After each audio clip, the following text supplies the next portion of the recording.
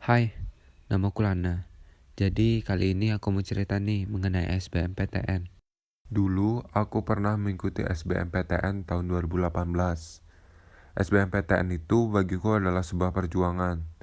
Ya perjuangan di antara ketidakpastian gimana sistem penilaian waktu itu. Aku ingat banget, pada tahun 2018 itu ada semacam pergantian sistem penilaian gitu. Jadi yang awalnya penilaian yang berisi sistem nilai min bagi jawabannya salah, kemudian berubah menjadi tanpa nilai min. Tapi ada yang membuat aku bingung. Karena banyak rumor yang mengatakan bahwa meski tidak ada nilai min, tapi tidak boleh asal jawab. Karena jika asal-asalan nanti bisa diberikan pengurangan nilai. Gitu rumornya. Aku orangnya nggak begitu pinter, tapi juga nggak bodoh. Aku bahkan pernah mendapatkan ranking 10 besar waktu di SMA. Tapi untuk pelajaran SBMPTN itu bagiku sangat-sangat sulit aku pelajari. Bahkan ketika aku tanya sama guru di kelas pun, beliau juga kebingungan untuk menjawabnya. Waktu itu aku rajin banget mengikuti bimbingan belajar sehabis sekolah. Dan aku terus belajar hingga pukul 11 malam. Dan paginya bangun sekitar pukul 3 pagi. Awalnya aku bangun tuh pakai alarm. Tapi seiring berjalannya waktu, aku bisa bangun tanpa alarm.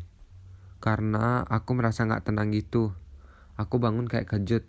Karena aku mendapatkan ranking yang kecil banget waktu tryout. Terakhir aku cuma dapat passing grade sekitar 14%. Dari yang aku targetkan adalah 45%. Hari H pun tiba. Sesuai dengan prediksi, aku tidak bisa banyak menjawabnya. Aku bahkan tidak bisa menjawab soal biologi yang aku pelajari banyak banget waktu itu.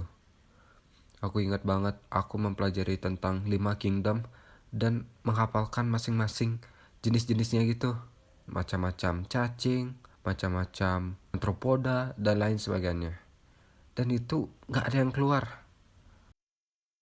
Aku kesel kali waktu itu. Dan yang membuat aku terkejut adalah ketika sesi pengumpulan. Aku melihat banyak orang yang jawabnya itu kayak ngawur gitu. Dia jawab A semua atau B semua. Dia kejawab semua tapi satu abjad gitu. Kenapa dia jawab kayak itu ya? Kok ngawur kali? Itu yang ada di pikiranku. Tapi aku mulai berpikir, apa aku yang salah karena aku gak berani jawab atau gimana ya? Terus aku pulang dengan keadaan kecewa. Waktu pengumuman, aku ingat banget. Waktu itu aku lagi makan sate sama ayahku. Kalau nggak salah itu pukul 5 sore. Aku membuka website SBMPTN dan pengumumannya benar saja aku nggak lulus. Bahkan di ketiga pilihanku tidak lulus satupun. Dan aku berpikir, di mana aku sekolah? Ayahku sempat bertanya, gimana hasilnya? Terus aku bilang, aduh nggak lulus. Ya, aku sebenarnya sedih banget. Terus bapakku bilang, ya nggak apa-apa. Tapi di balik kata nggak apa-apa itu, aku lihat wajah ayahku tuh kayak agak sedih gitu ya. Walaupun dia nggak bilang gitu. Tapi beruntungnya aku lulus di salah satu perguruan tinggi swasta. Jadi sebelum SBMPTN itu, aku udah daftar di salah satu perguruan tinggi swasta di daerah Bandung, Bojong Soang. Aku ketemu dengan banyak orang di sana. Sebenarnya orang-orang yang nggak lulus di SBMPTN tuh bukan orang-orang yang nggak bisa atau kurang kemampuan pengetahuannya, tapi mereka orang-orang yang kurang beruntung atau kurang strategi.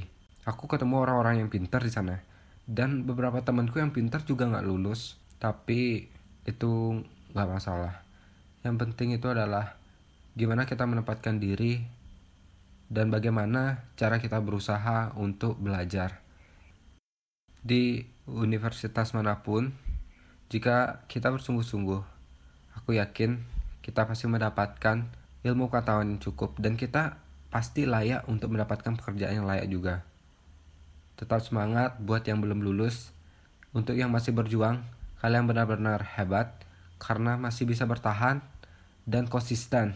Tetaplah konsisten, dan banyak teman-temanku yang lulus di perguruan tinggi dan institut yang terkenal setelah berusaha selama setahun. Gap year itu nggak masalah. Tetap semangat dan tetap berjuang. See you.